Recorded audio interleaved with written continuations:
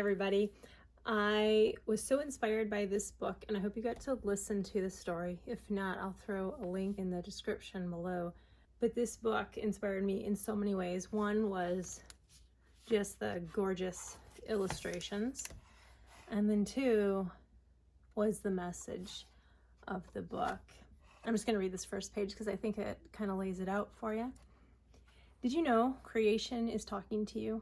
Wherever you go, whatever you do, the earth will keep giving you clue after clue, so you won't forget to remember what's true. So as I read it, I thought of all sorts of things. Bible verses, people, colors, animals, flowers. There are so many good things out here in this world, and there are so many hard times too, right? So my inspiration from this book was to create some sort of activity that we could do together, do on our own, do with friends, do with family, to help us on those dark days remember the good things, to remember the truth when the lies come storming in and threaten to ruin our moods, threaten to ruin our days. How do we, when we're in pain, when we're sad, when we're lonely, how do we not go into a pit of despair or get really angry at everybody? How do we see that there's something else at play? To see that there's greater purpose, that there are good things in this world. So one way that I do this, and I would so love to hear how you do this as well, is I tend to collect things. I tend to collect things like papers, parts of cards, even parts of Kleenex boxes, magazine images, junk mail, that somehow they capture my attention. Stickers, pictures of people that I love, parts of envelopes, gift tags, things that make me smile, even patterns or colors, just things that make you smile, that bring joy to your face. And this can happen as you're flipping through magazines, waiting in a waiting room like at the doctor's office, or even scrolling through the internet or stuck on an airplane seat. You can take a picture of the magazine image, or you can ask them if you can tear it right out and collect it. And I actually have a whole bin of things that I've collected that are paper things that I want to use in art someday. Most of them end up getting used. Some stay there for years and years, and some, well, they just end up eventually getting thrown away because I have so many things that I collect. Another thing that I do is when I'm out on a walk or even doing yard work, I capture things that I just can't bear to leave behind. A piece of birch bark. I had these little roses that I took a few of the buds off when it was done flowering, and I dried that. A little pine cone that caught my attention. And some people might think it's a little bit morbid, but when I find feathers or eggshells or things from deceased animals, but they remind me of God's amazingness. And one of these that I'm going to show you here is this set of dragonfly wings. I cannot even believe that they were there. I was just walking the dogs and I looked down and it was all dewy, and there was this really like shimmery spot. I'm like, what? So I stopped and I backed up, and lo and behold, there was this perfect set of dragonfly wings. There was no body there. Nothing had stepped on it. Nothing had destroyed these. But do you see all those little details? For a dragonfly. That's amazing, right? So I set it on paper towel in this little Tupperware, and I keep it safe. I haven't decided how I'm going to display it or what I'm going to do with it, but I hang on to these things and I keep them safe, and it helps remind me of God and his intricate artistry, his attention to detail, and if he can be that attuned to detail on dragonfly wings, on a creature that doesn't live very long. I love the dragonfly because they eat mosquitoes. Thank you, Lord, for dragonflies. the details that he has put on bugs, on things that we'll never see, that we'll never talk to, that don't go changing the world with inventions or doing something great and worthy of a chapter in a history book or a book unto itself. He cares about the minute details of each creature and each plant. What does that say about how he cares about us? What things do we want to remember so that on those days where it feels like we are all alone, we remember that we're not? So a couple things that I thought of, and I just realized I forgot to get needle and thread, but one way that you could do this if you aren't like a collector like I am and want to have jars and Tupperware containers around your house is you can just take paper, you can cut it into a size that you want, fold it in half, or cut it into twice the size that you want it, fold it in half, and if it's small enough and you have like a stapler or something, you could staple right there on the seam. You could just staple some paper together. There's these rings that you can get at the store that you could punch a hole and you could just put rings in and have this flip chart, and you could draw pictures on your paper, you could write words on this paper, you could take pictures of people that you love and glue them on here, and you could have a little book. You could have the book open this way or this way, whatever you like, and you could write why you're thankful, how you feel when you see this person, or just put pictures in here so that on those hard days you can open up your book and smile. And you can rip things to get them the size you want. You can cut them. Oh, like maybe I like this stamp actually as well. You can cut things out, you can rip them, you can tape them on, you can glue them on with liquid glue or with stick glue and create an image that helps you remember what you want to remember for the day. Whether it's something someone said, something inspiring you found out in the world or in a book. Maybe it's a line from a favorite storybook. Maybe it's one that always comes to mind for me is from the Chronicles of Narnia. Is he safe? No, he's not safe. Who said anything about safe? But he's wonderful. Something like that. I don't remember it exactly. I have to go look that one up now. The quote from Chronicles of Narnia about Aslan the lion. He's not safe, but he's the king and he's good. So creating yourself a little book, put stickers and images. You could scribble, you could draw something yourself. Create your own little book of things that remind you of good things in life, of true things in the world. Also, what I was thinking about was in the dark. What do we need when it's dark out to help us feel safe? We need a light, yes? And how do you feel when you go out at night and you look up at the stars and the sky is amazing, right? And it's such a joy. On a bright, bright night, or if you're in a city, you can't see the stars like you can on a dark night. A cloudless, dark, dark dead of night. Hard to see on the ground, but if you look up, there's the moon and the stars that just light it up. So you can make these. You can get some paper. You could write something on here if you wanted to, like maybe you want to write a Bible verse. And there's a few that came to mind as I read the Don't Forget to Remember book. One is that God sings over us with joy. The Lord your God is with you. He is mighty to save.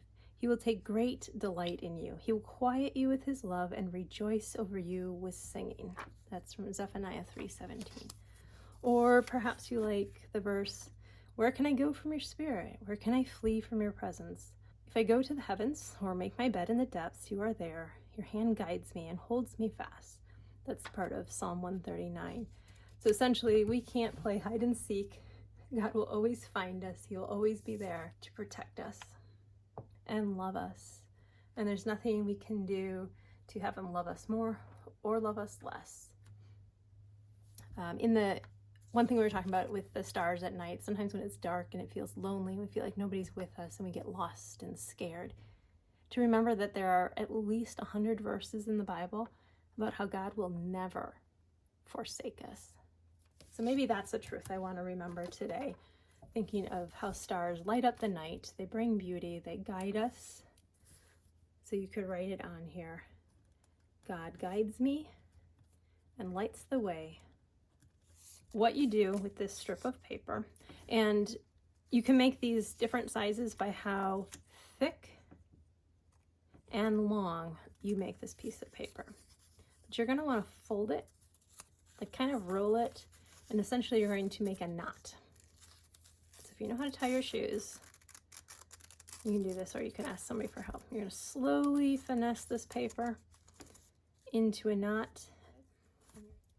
What you're going to eventually do is make a 5-sided shape by folding the paper. And this little tab you're gonna fold under. You have to be a little patient with the paper because it's paper, not string, so you gotta be a little gentle. And then you're gonna take this longer tail and just start folding it over and around the sides. And when you get to the last little tail, you gotta find a way to tuck it right in here.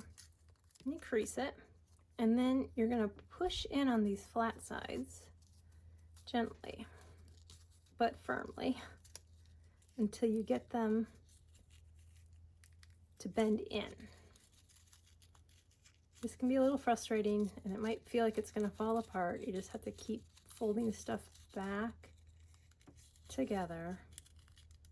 This is a good time to practice breathing and remembering that everything does take time, but eventually it can get there if you just persist.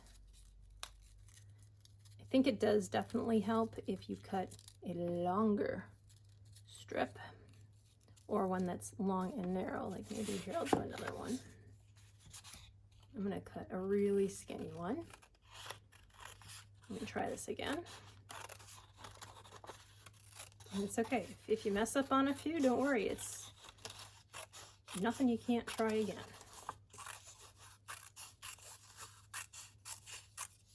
We learn something every time we try. Even if we fail and it messes up, we've learned something about what didn't work, and then we try it again.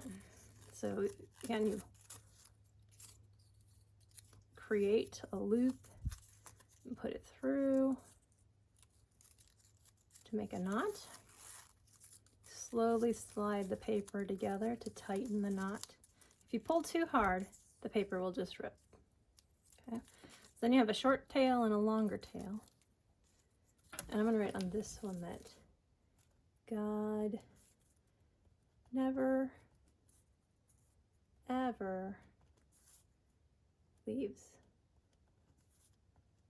me alone. It's always there, no matter what it feels like out there, no matter how scary life feels, God is there.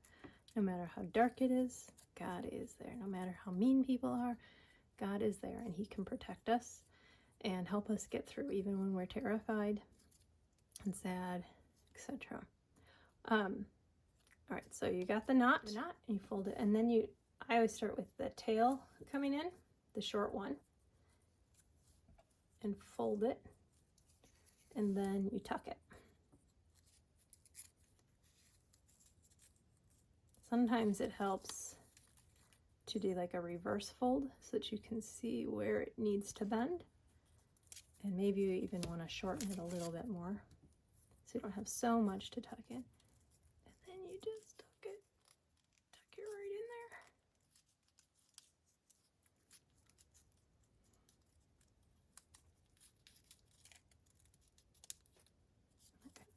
there. Okay. Then you take the longer tail. And if you don't want to see the writing, you make sure that you're folding it so that the writing goes towards the middle. If you want to maybe see the writing on the outside, you fold it so the writing stays out here. All right.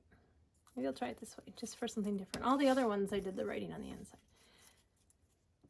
So then you make your fold fit the one flat line closest, and then it goes up to the next one, and you fold it over the flat edge, around, and around, around, just wherever that next flat edge is. Sometimes you have to shift it just a little bit so you can get it on a flat edge.